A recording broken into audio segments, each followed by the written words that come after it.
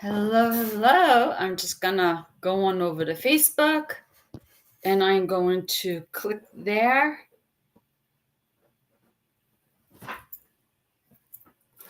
Okay. Oh, goodness, it worked. Hallelujah.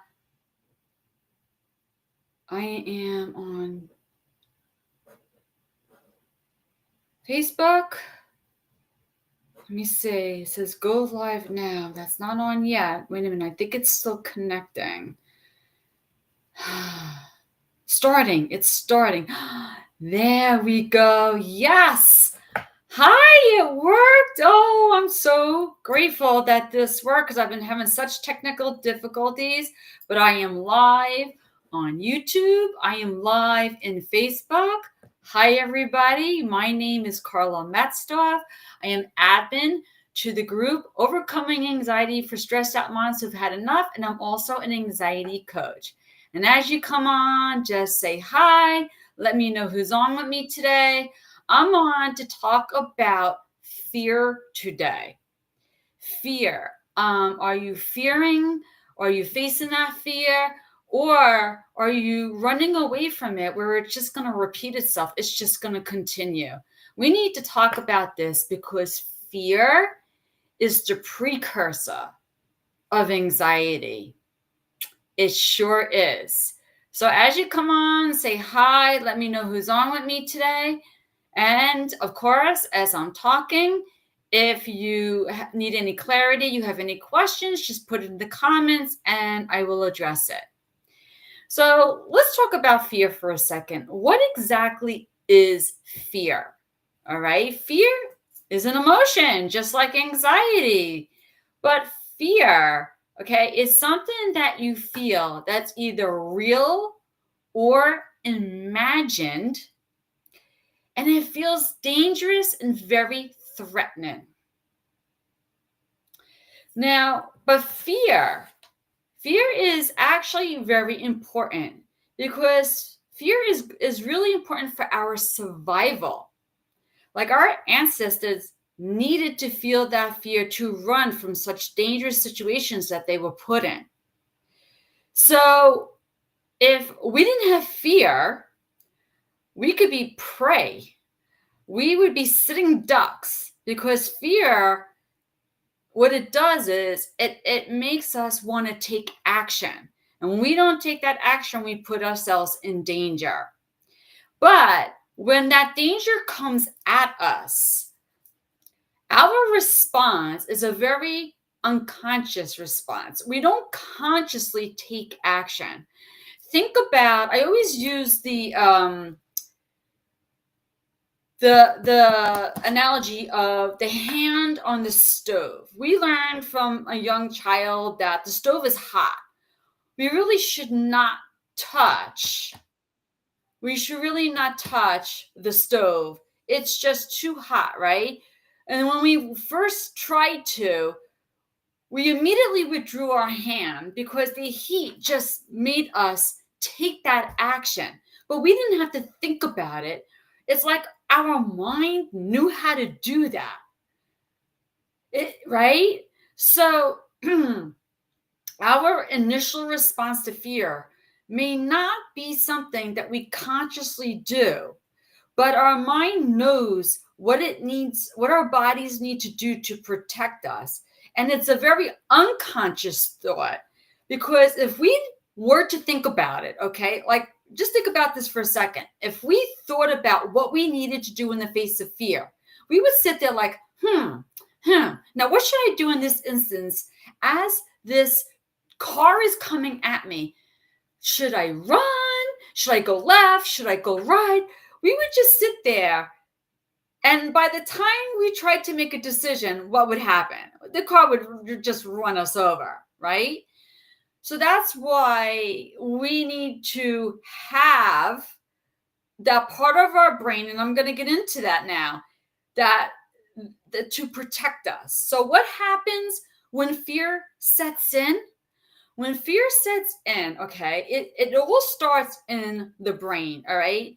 So what happens is we see something, we hear something, we taste, touch, smell something that immediately sends off red flags, all right, to the nerves, to the vagus nerve that runs into the brain and tells the brain, we need to take some action. We need to really take some action, and we need to take some action fast. So the amygdala is the part of the brain, that emotional part of the brain, right, that wants to take action. Hey, ladies, as you come on, say hi. Let me know who's on with me today. I'm not receiving any comments or anything, but I see that there's people on with me. I just don't know who it is. So say hi. Let me know that you're there. I'm not getting comments for whatever reason. But hey, welcome. And, let me know if you need any clarity or anything. So when we're being fearful, it sets off that part of the brain, the emotional part of the brain. And what it does, the front lobe of the brain, where all our rational thoughts are, that kind of gets shut off. That goes away, because now we're thinking with our emotions, our fear. And what our fear does is it prepares us. It sends out like an SOS to the rest of the body. It sends out an SOS to the sympathetic nervous system and to other organs in the body that says, hey, we need to prepare her. We need to get her to take some kind of action because she's in danger. She's in trouble. She's being challenged.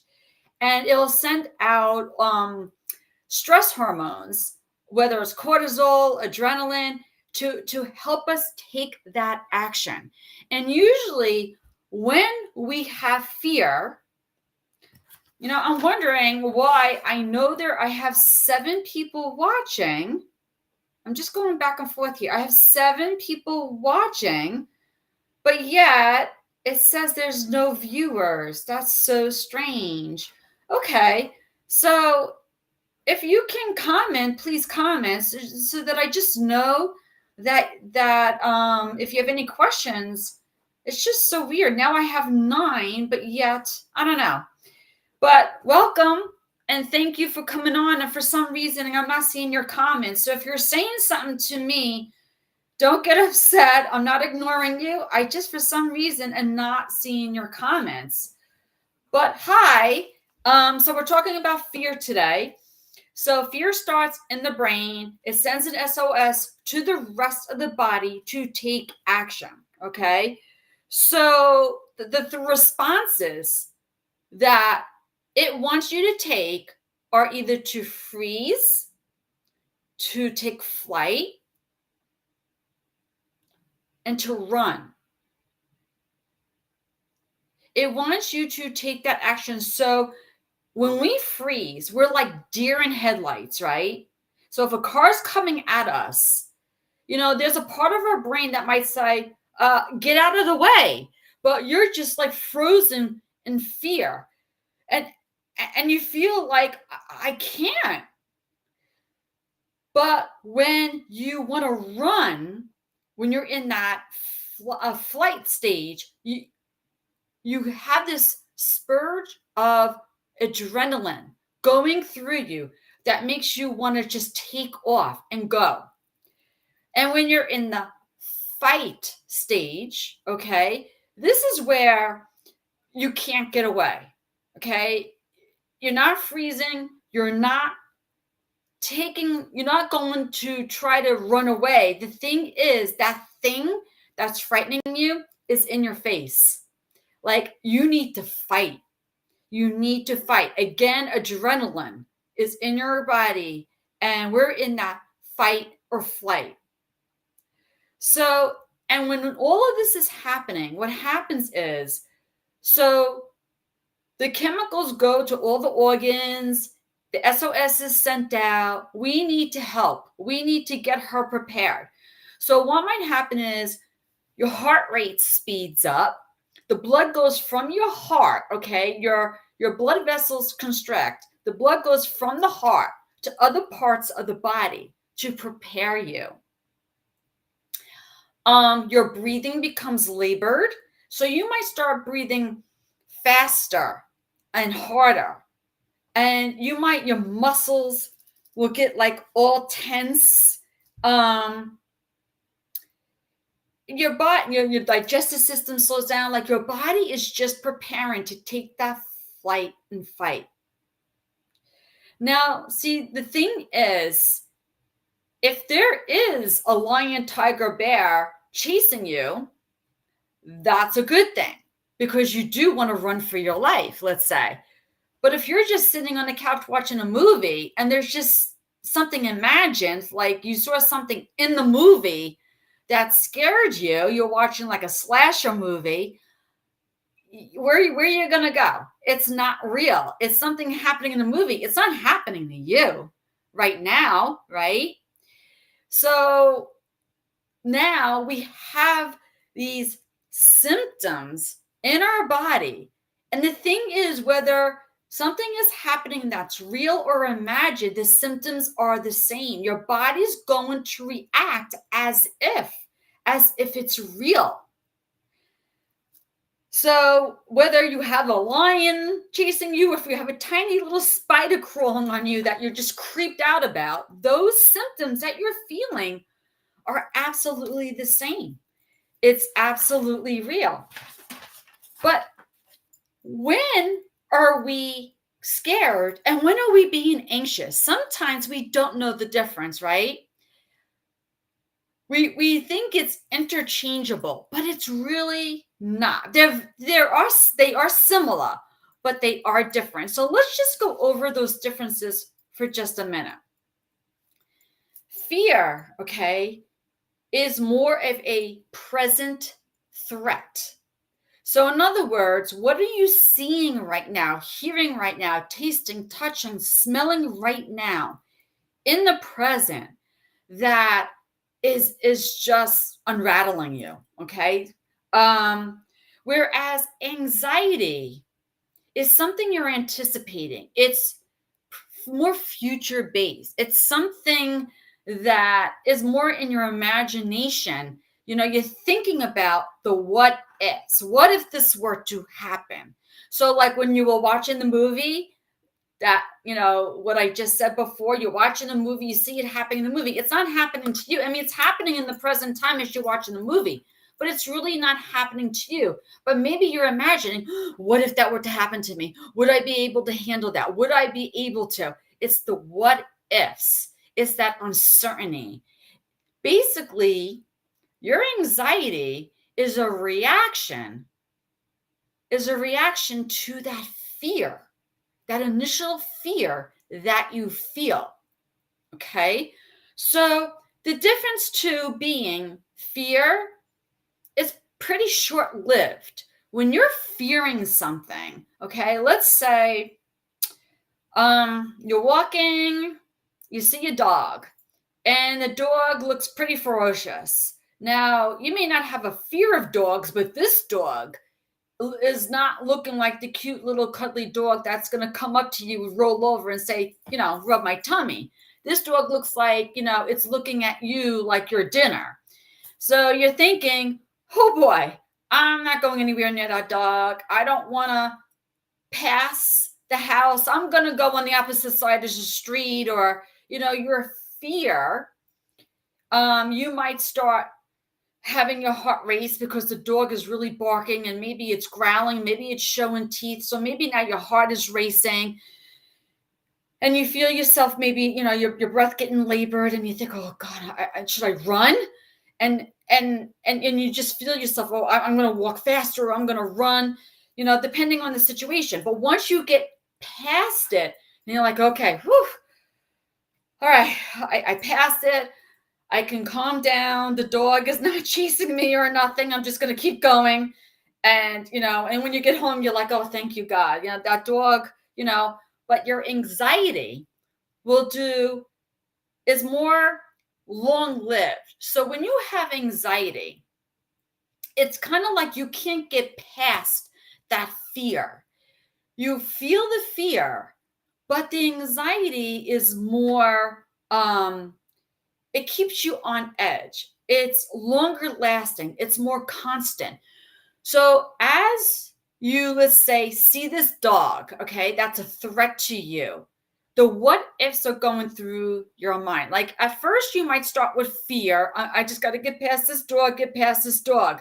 But then let's say you get past the dog, but you're like, oh no, what if the dog is chasing me? What if, what if, what if? And in your mind, you're like, what if it chases me? What if it knocks me down? What if it starts biting me? What if it mauls me? What if, and you just start going faster and faster, and you get in your house. And instead of maybe calming yourself down, you're looking out the window and you're like, is the dog there? And then you're noticing the feelings inside your body. Then you're noticing, well, my heart is coming out of my chest. Why is my heart feeling this way? And I feel dizzy right now, and I can't catch my breath. Why am I breathing so hard? And now maybe you're focused on how you feel. And maybe you have thoughts in your head. You're seeing you're having these visions of a dog chasing you down and biting you and chewing on you. And so this is like the difference between fear and anxiety. Fear can be a little bit more, I don't want to use the word rational. I mean, because you could have really irrational thoughts, because as I said before, the front lobe where the rational thinking is cut off, and you're thinking more with an emotional mind. So you are thinking in fear. But when it's just fear, okay? And you can go and you can see that you're safe. The moment you feel safe, you kind of go back to what they call homeostasis. And we'll talk about that in a minute. But with anxiety, it's like you can't get past those feelings, those thoughts, and the what ifs, and they keep going on and on. All right. So with fear, you can calm down, you feel safe. Anxiety, maybe you can calm yourself down, but there's still something lingering. All right. It's not a fast process. It can linger. And depending on what started it, you can feel anxiety, as we know, for weeks, months, years. So fear can also make you more aware of things, build your awareness. In other words, with fear, let's say you're in a parking lot, okay? You're in a parking lot and it's dark, you're alone, and there's a part of you that feels very uneasy because you're like, okay, I'm in a parking lot, I'm by myself, probably should have had a buddy with me walking me out. It's dark, and you're like, all right, I'm just going to walk quickly to my car. And you get to your car, you open it up, you get in, you lock the door. You're like, oh, okay, I'm safe. You start the car, you go home. Anxiety is more like, it's more of avoidance. Fear, you're just aware. And, and even with fear, because you fear the dark, you fear being alone, okay? You might say to a security guard or to a friend, you're walking out, can I walk out with you? Or to a security guard, hey, can you walk me? Fear just makes you more aware that something can go wrong. And then you take action to make it right, to make yourself feel safe. Whereas anxiety, okay, so let's say you're walking out, you're at the mall or you're at work, or your car's parked in a dark garage, you're by yourself, it looks deserted, and you go, oh no, not doing it, not doing it. So what you do is you avoid. I would rather stay at work than go out on my own. I would rather shop for 3 more hours at the mall than go out there on my own. And, and like you avoid this situation rather than face it. So fear can take you more towards an action, where anxiety definitely is all about avoidance. The feelings and thoughts prevent you from focusing on the present, and you're focused more on what can happen. What if I go out there? What if I am by myself? What if somebody jumps me? What if? What if? And that's all you could think of, you know? So anxiety can keep you from the present moment and from taking action in the present moment. I see that there's so many people on with me, and I don't see that there's any comments, and I'm wondering why I can't get comments. That is so weird. One of these days I'm going to figure out this technology, but I'm just glad you're all on with me. I'll read the comments later, and I promise I will answer any questions you're putting in there. You're not going to go without getting anything answered. So we're talking about fear today. We're talking about what fear is, and fear and anxiety, they start pretty much the same way in the brain, signaling the central nervous system working together to get the body to take action, okay? The difference really just being that fear is more of a present threat, something happening in the present time, where anxiety is more future based, or even something from the past that's lording over you. But it's something that you're in anticipation of, something that may or may not happen that you're anticipating. Fear is short-lived, or anxiety can be longer-lived. Fear can bring you to action, give you more awareness, and bring you to an action. Whereas anxiety is much more about avoidance. You avoid things you would rather avoid. Let's not do this all together so that I can be safe. It's all about keeping yourself safe. So what causes our fear? All right. What kind of causes our fear is, first of all, the threats. Okay. Anytime you feel threatened, you're going to feel fear, right? What can cause fear is something from the past, like a post-traumatic situation. Anything trauma from the past can keep you living in fear. Physical symptoms. So if you're just laying on the couch and all of a sudden, out of the blue, and we know this, ladies, we felt this, our heart just starts racing, or we get palpitations. We'll be like, what? What is going on? What does this mean? Am I having a heart attack? And the anxiety sets in. Because at first you're fearing the feeling, but then we get anxious because it's like, what if? What if this? What if that? What is this? What? I mean, like, you're fearing the feelings that you might want to call 911, someone take me to the ER. These feelings are not going away. And you're anticipating what these are. So, in other words, fear and anxiety can, I don't know if there's so much together, but you can have fear first and then it lead to anxiety, or you can have anxiety first and then have it lead to fear. If that makes sense, okay? So you can have both because they're very much the same, except for those differences that I said before. The feelings are pretty much the same, except anxiety has a lot more symptoms involved. Fear, you get these intense symptoms right away, but then when you calm everything down, because it's more short-lived, they go away. Whereas with anxiety, you get all these symptoms. And because you're anxious and you're focused on the symptoms, you become more concerned about the symptoms and the thought.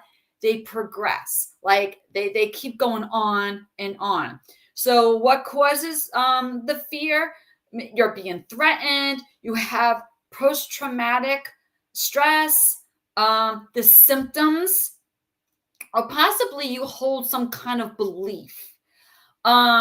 Belief about yourself that keeps you from handling situations. Like you think, I'm not good enough to cope or deal with this. So you stay in this heightened state of fear, and you let the fears get the best of you. Um, Whereas, anxiety, I mean, like negative thinking. So as I said before, you're like, at first, you have a response. You're telling yourself, wow, there is a lion over there. That lion equals danger.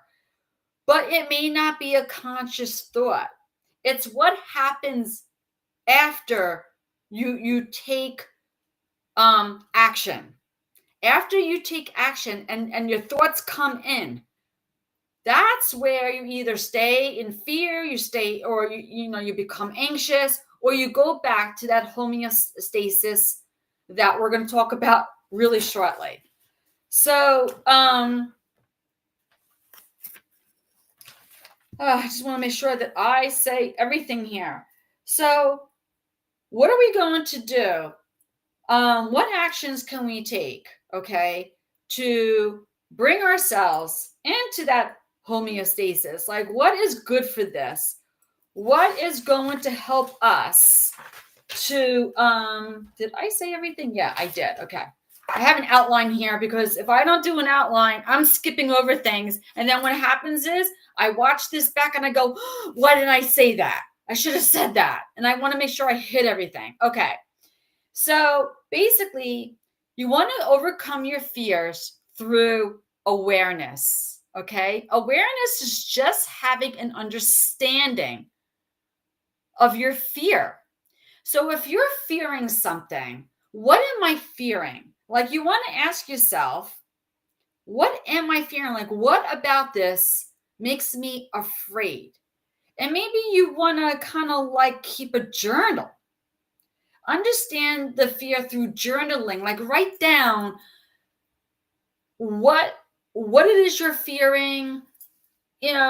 Why am I fearing this? Like, how is this making me feel? Sometimes understanding our fears can help us to overcome them. So awareness is really key.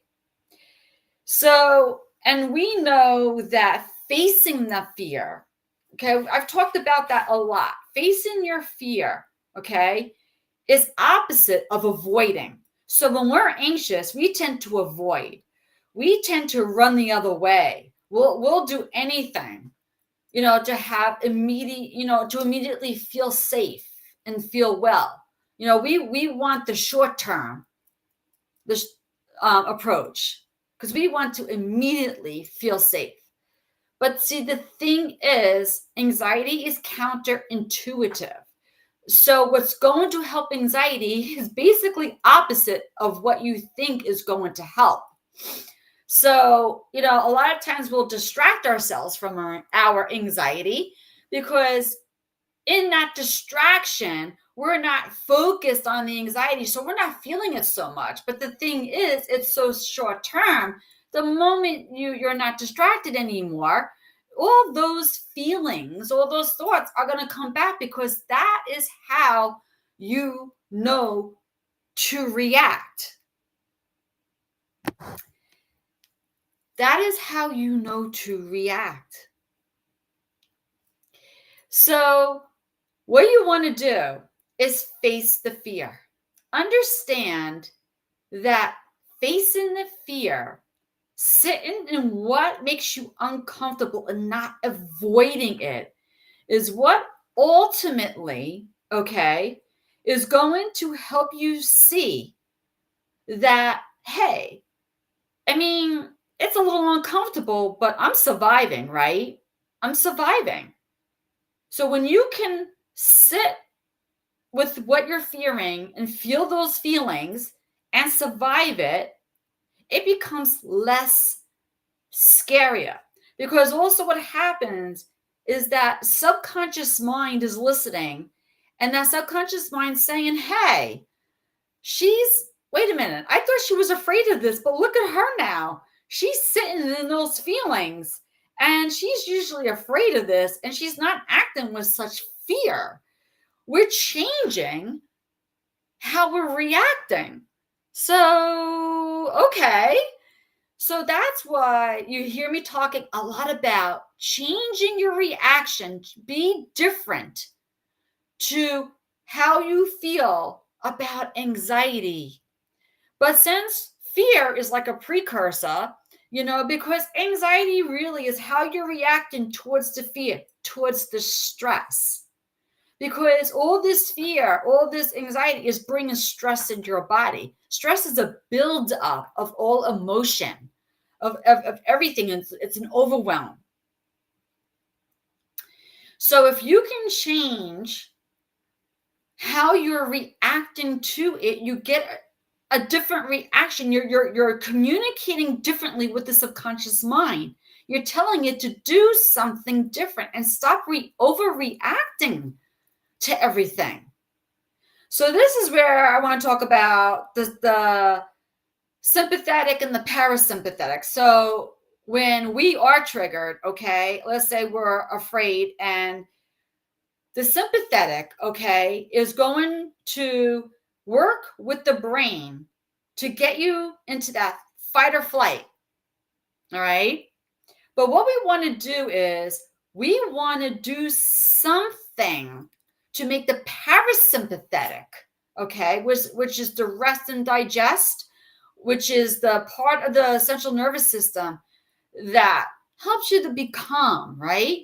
So we want to make that more dominant. Like we want to calm down the sympathetic, turn on that parasympathetic. We want them to work together to have balance, and that is called homeostasis. We want to get to that. Now, a way to get to that is you could try things. I mean, exercise. I know every time I come on here, I tell you how wonderful exercise is. And I always say exercise, but ladies, exercise is wonderful. It really helps you change that energy in your body. And I understand some of you hear that word and you just cringe. I am not saying you need to join the gym. I'm not saying you need to be doing 50 push-ups and burpees and pull-ups, because you're saying, I can't even do that. I can't run 10 miles. I'm not saying it has to be that kind of exercise. It's basically moving your body. When you have that adrenaline rush in your body, the worst thing you could do is climb into bed or sit on the couch. In other words, the worst thing you could do is just nothing. You don't want to be stationary. You want to move. Get busy. Move that body somehow, some way. I just say have movement. Do something. Get busy. It's not distraction. I'm not saying to distract yourself. You're acknowledging that you have this fear, this anxiety. It's just that the anxious energy is not going to just go away. The fastest way is to get moving. You're trying to change your energy. The other thing is having a connection with family or friends is great, because family, friends, they offer support. Well, at least I hope they do. And studies show that those who have support overcome their fears, their anxieties a lot quicker, because you feel safe. That's what all of this is about, ladies. How can I return to safety? So connection, mindfulness and meditation, because in mindfulness and meditation, you are being present. You're focused in the present moment. So that is a great way to quickly overcome a very fearful, stressful, anxious moment. Progressive muscle relaxation is basically where, and I'm sure you've heard me talk about this, but basically you're finding the tension in your body, and when we're afraid, everything is tense. Okay, so you're squeezing and you're releasing. squeeze, and release. You're trying to get the tension out of your body. You can start, excuse me, from your feet, work your way up to your head, or you could just pinpoint that area that has all the tension and squeeze the muscles and release. If it's in your face, literally, you're squeezing your face and you're releasing. You're the jaw. You're trying to get all the muscles to just relax and release that energy, that anxious energy. Breathing. Now, I mean, I know you've heard so much about breathing, right? Breath work, breathe. Breathing does work. It really does. It's just that you have to, when you're scared, you have to allow it to work. Sometimes we're our own worst enemies and we don't allow these techniques to work, but they will work for you if you're consistent and you practice. Now, I know if your breath is very, very labored, it may be very hard to do breath work because a lot of these breathing techniques will say, take in 5, hold for 7, and blow out 8. That's a really good one. However, if you have a lot of fear in you and you're, let's say, hyperventilating, it's really hard to take in that breath, right? Very hard. But ladies, if all you can do is breathe in, let's say 2, and blow out 3 or 4, then that's fine. That is fine. The point is calming everything down.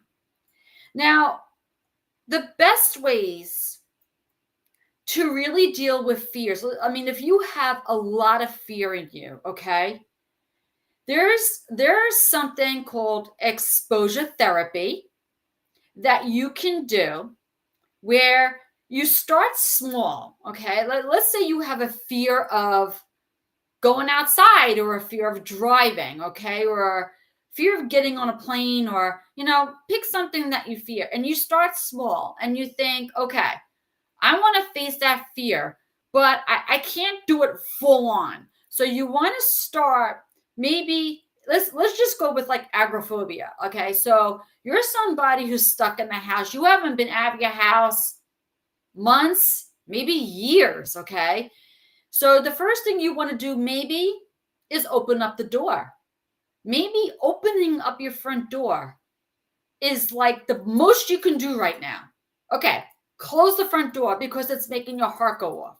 But you did it. You opened up the front door. Okay. When you're ready, or maybe you shouldn't wait till you're ready, because if we wait till we're ready, sometimes it just never happens.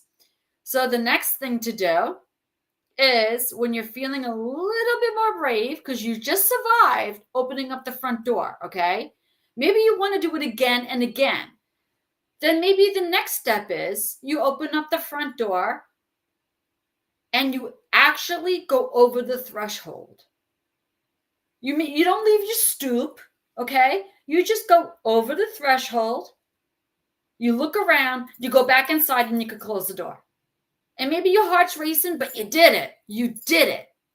Next step, you open up the door, go over the threshold. Maybe now you go off your steps, you go off the stoop, and maybe that's the third step. You're kind of getting this, right? You kind of understand. So exposure therapy is just slowly exposing yourself to that fears. You're facing that fear, like we talked about before. You face it.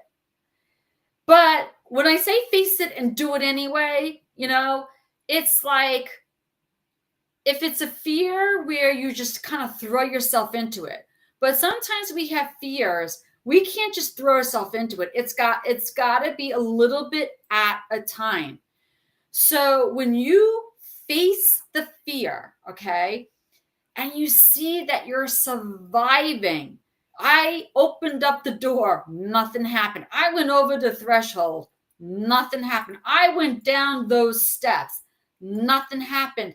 Maybe next time you go down the steps and now you're going to take couple baby steps down the walkway. Or if you're feeling brave, maybe a couple giant steps down the walkway. But you get the point. It gets less scarier as you expose yourself because you see that you're surviving, and it helps you to think more with a rational mind, because as your subconscious mind sees, okay, she's doing it, we maybe we shouldn't be so afraid anymore. You're no longer thinking with such a fearful mind. Now you're thinking more with your rational mind that's telling you, hey, we can do this, right? So it's really awesome to do exposure therapy, but that is something you may want to do with a professional. Now, I've done that with some of my clients. So I have some knowledge in that, and I've done it with myself. I've done that with myself, and it's worked. The other thing is CBT, which is a therapy that I use because I always express to you that there are three things that you can control, right? What you can control are your thoughts, your emotions, and how you react to things. Well, that's what CBT therapy is. It's basically you learn from sitting with your therapist or your counselor or your coach that you have control of those thoughts. Maybe not the initial thought. Remember, it's an unconscious thought when you have that fear that makes you take off, right? But all the thoughts afterwards, we start putting a story behind, all those thoughts afterwards, you have control of. And your thoughts influence your emotions. So you get an experience, and how you behave, how you react is up to you. So I help you to explore how you can regain control of your thoughts, your emotions, and how you react. So this is all really important stuff to do. So on your own, okay, you may want to do, exercise. Like I said, face those fears and exercise. Connect with family and friends so that you feel supported in what you're fearing. Practice mindfulness and meditation, PMR, breathing. As I said before, these things, maybe are things you want to explore on your own. But exposure therapy, trying to rewire the mind so that you're thinking differently, reacting differently, those are things you may want to seek out a professional for. So, ladies, I hope you have a great understanding of fear and maybe what the difference is between fear and anxiety, and what you could do about it. But briefly, what I want to talk about is, what does God say about fear? Fear is one of the number one subjects of the Bible. God talks about it over and over again. He doesn't want us to live in fear. As a matter of fact, God created us, right? God created our brains.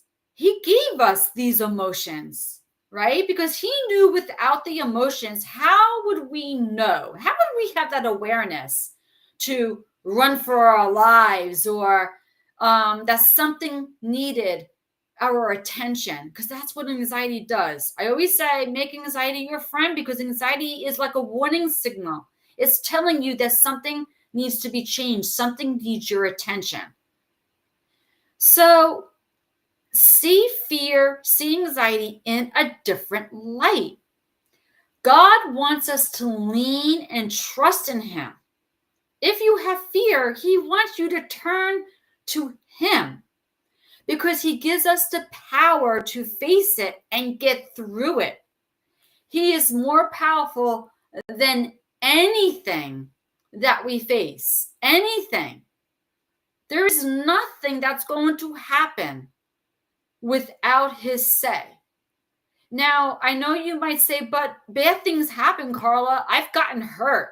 I've been in car accidents. I've had cancer. I get it. Bad things are going to happen, even though God's in control. But see, that's just the point. You have to trust him in this situation. Ladies, I'm going to be very blunt here, okay? You're either going to live or you're going to die. If you live, God is going to give you everything you need to get through that situation that you were just in.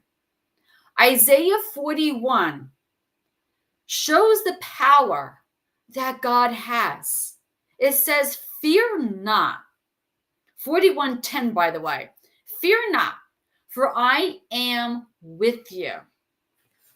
Be not dismayed, for I am your God. I will strengthen you, and I will help you. I will uphold you with my righteous right hand. That is power. Okay? 2 Timothy says, for God gave us a spirit not of fear, but of power, love, and self-control. He gave us some of his power. Now, are you trusting in God? Are you trusting God in those fearful times? Because what fear will do, fear will make us trust in our own strength. Fear will make us trust in something or someone else. Are you turning to God? Because God is bigger than our fears. He's bigger than our fears. Psalm 118 tells us it's better to take refuge in the Lord than putting trust in humanity. God is bigger than what we're facing. Jesus even told us that he has overcome, right? He's overcome all the challenges. Anything that we're going to face, he's overcome it. What are we afraid of, right? So trust God. God is worthy of our trust. Because if you're someone who reads the Bible, okay, you know in the Bible, God has a lot of promises, right? He promises so much to us. But that Bible's been around for how long, ladies, right? How long have we read his promises? Thousands of years we know these promises. He is eternally faithful. He is all-knowing and powerful and unchanging. Nothing has changed. All those promises have remained true. Has man ever been able to give you all that support and guidance and be as faithful and all-knowing and powerful and unchanging as you know God to be? We can trust God. When God says, I have your back, he means that. When man says it, we want to think and we want to trust that the man has our back. But are you 100% sure that the person you're trusting is really giving you what you need, is really helping you in your time that you need to feel safe and secure? That may only come from trusting in God. And the other thing is, God calls us to be obedient. In other words, he gives us promises and he gives us, he lets us know what we need to do. And there's a reason for that. He wants us to do what he says because he knows if we do that, if we trust in him, what that does ultimately is that we can receive his protection and receive his guidance and strength to get through challenges. That's what obedience to God does for us. God will reveal himself more to us when we trust in him, when we understand his words and his promises and follow him and are obedient to them. God gives us free will. He's not going to force us, but when he sees that we're being obedient, he knows that we're relying on him. So he'll reveal himself more to us, and he activates his power to work in your life. You are protected by God. So even though bad things are going to happen, because we know that we're not promised that everything is going to be hunky-dory every single day. We know that. Bad things are going to happen. But like I said, either we're going to live or we're going to die. And if we live, who are you trusting? If you're going through something that I always say take control of what you can, but what you can't control of, you need to give to God, right? Trust that God is going to help you in those challenges. Know his words, know what they speak to you, know his promises, his truth. Let those words speak to you. Be obedient to them so that God could do a work in your life. Let go of that fear. God doesn't want you to live in fear. He wants you to trust in him that you're going to get through this situation somehow, some way. You're going to get through it. Read Isaiah 41:10, 2 Timothy 1:7 over and over, because they really help you to understand God's power and that you do not have a spirit of fear. So you don't have to live that way. Trust in God. Don't do it in your own strength. Don't do what you feel should happen in your time. Trust that if you trust in God, obedient to him, everything will work out for good. That is what I have on fear. And I hope that this was very helpful to you to understand why you get fearful and how fearful can become anxiety, or just vice versa. Let's say getting on a plane, right? Let's say you're going on a trip, and the thought of getting on the plane, thinking of the future, all the what ifs of getting on the plane, and you're living in this anxiety for maybe months, weeks, thinking, all right, my vacation's coming. I'm excited about my vacation, but whoa, I need to get on a plane, and I don't like planes. So you're building it up, this anticipation. That's anxiety. Okay. Now, the fear is what's going on in the present time. So as you're boarding the plane, all right, you might still have anxiety because now you're fearing, oh, it's going to take off. Now I'm in the air, and now it's got to land, because we know something could happen at any time. So this is where fear and anxiety could kind of mix. It could kind of be the same, but it's the fear driving the anxiety, but it's mostly anxiety, and you're going to stay in this anxiety and maybe not be able to calm yourself down until you safely land at your destination. Now, and this is where maybe you can tell yourself, I survived it. Maybe it wasn't as bad as I thought it would be. I survived it. So maybe next time when I go home now, it won't be so bad.